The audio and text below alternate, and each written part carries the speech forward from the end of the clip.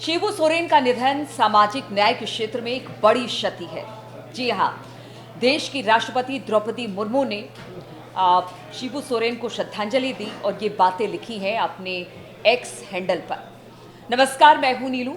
तो गुरुजी, दिशोम, झारखंड आंदोलन और राज्य के सबसे बड़े आदिवासी नेता शिबू सोरेन का निधन हो गया। शिबू सोरेन पिछले 1.5 महीने से किडनी के संबंधित समस्या के चलते डॉक्टरों की देखरेख में थे। एक सामान्य शिक्षक के घर जन्मे शिबू सोरेन ने पिता की हत्या के बाद राजनीति में प्रवेश किया।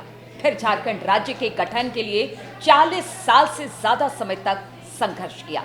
आज जानेंगे शिबू सोरेन की कहानी, क्योंकि आज पूरा देश उन्हें याद कर रहा है।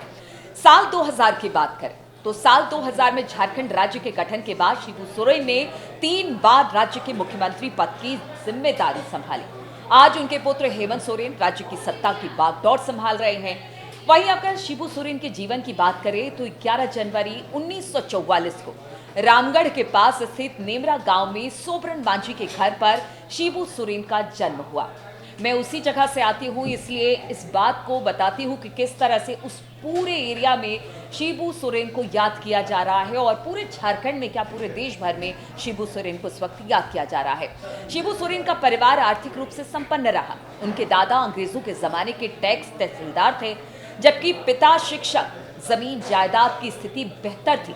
शिबू सोरेन जब कुछ बड़े हुए तो उनके परिवार ने उन्हें पढ़ने के लिए गांव से दूर, क्योंकि एक अच्छी शिक्षा मिले इसलिए हॉस्टल में रख दिया। हॉस्टल में पढ़ाई करने के बाद शिबू सोरेन के पिता की हत्या कर दी गई। जब वो पढ़ रहे थे हॉस्टल में, उसी वक्त की बात है। पिता की हत्या के बाद शिबू सोरेन का पढ़ाई से मन टूट गया और इसके बाद शिबू सोरेन हजारीबाग में रहने वाले फॉरवर्ड ब्लॉक नेता लाल केदारनाथ सिन्हा के संपर्क में आए। शिबू सोरेन ने सबसे पहले बड़दंगा पंचायत से मुखिया का चुनाव लड़ा, लेकिन हार गए। बाद में जरीडीह विधानसभा सीट से चुनाव लड़े, लेकिन इसमें भी उनको सफलता हाथ नहीं लगी। शिबू सोरेन कैसे दिशोम गुरु बने, इस बात की कहानी भी बतानी आपको जरूरी है, क्योंकि क्यों उनको दिशोम गुरु कहा जाता है और क्यों आज उनको इस नाम से याद किया जा रहा है।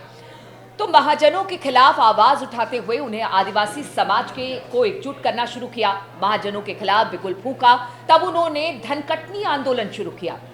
जी हाँ, धनकटनी आंदोलन से वो एक जन आंदोलन के तौर पर उसे लिया गया और फिर उनको उसी तरह से मान्यता मिली। तो धनकटनी आंदोलन से इसकी शुरुआत हुई, जिसमें वो और उनके साथी जबरन महजनों की धान काटकर ले जाया करते। कहा जाता कि उस समय जिस खेत में धान काटना होता, उसके चारों ओर आदिवासी युवा तीर धनुष लेकर खड़े हो जाते। धीरे धीरे उनका प्रभाव बढ़ने लगा।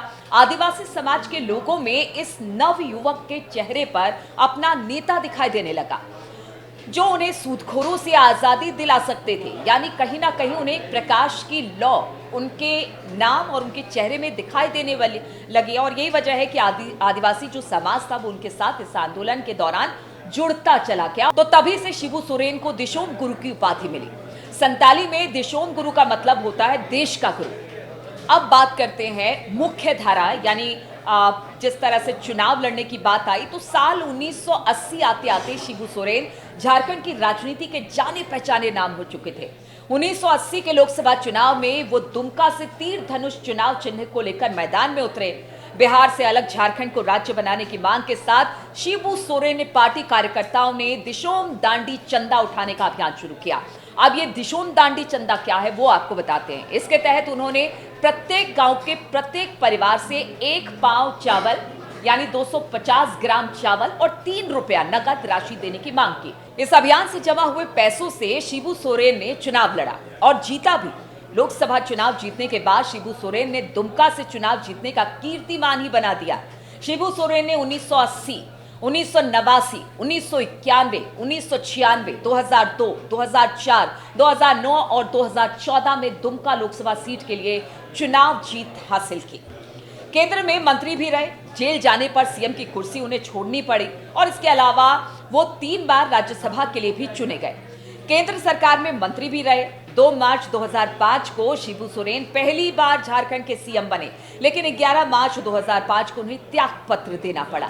पहली बार मुख्यमंत्री बनने के बाद शशिनाथ हत्याकांड में नाम आने से उनकी मुश्किलें बढ़ गई और वो इस मामले में जेल भी गए और फिर ऊपरी अदालत से दोष मुक्त भी हुए, जिसके बाद 27 अगस्त 2008 को दूसरी बार मुख्यमंत्री बने।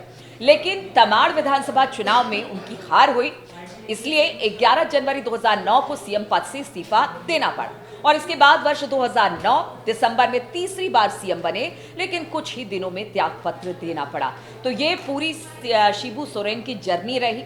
उसके बाद उनकी तबीयत खराब होने लगी। उसके बाद उनके सुपुत्र हेमंत सोरेन ने पार्टी की कमान यानी कि झारखंड मुक्ति मोर्चा की कमान संभाली, जेएमएम की कमान संभाले और आज वो इस वक्त मुख्यमंत्री के पद पर झारखंड में तैनात हैं। लेकिन जिस तरह से अगर शिबू सोरेन के राजनीतिक पूरे करियर की बात की जाए या उनके सफर की बात की जाए, तो जिस तरह से उन्होंने दिशा दी झारखंड को और आदिवासी समाज को ऊपर लाने का काम किया, उसके लिए सदैव देश उन्हें याद करे।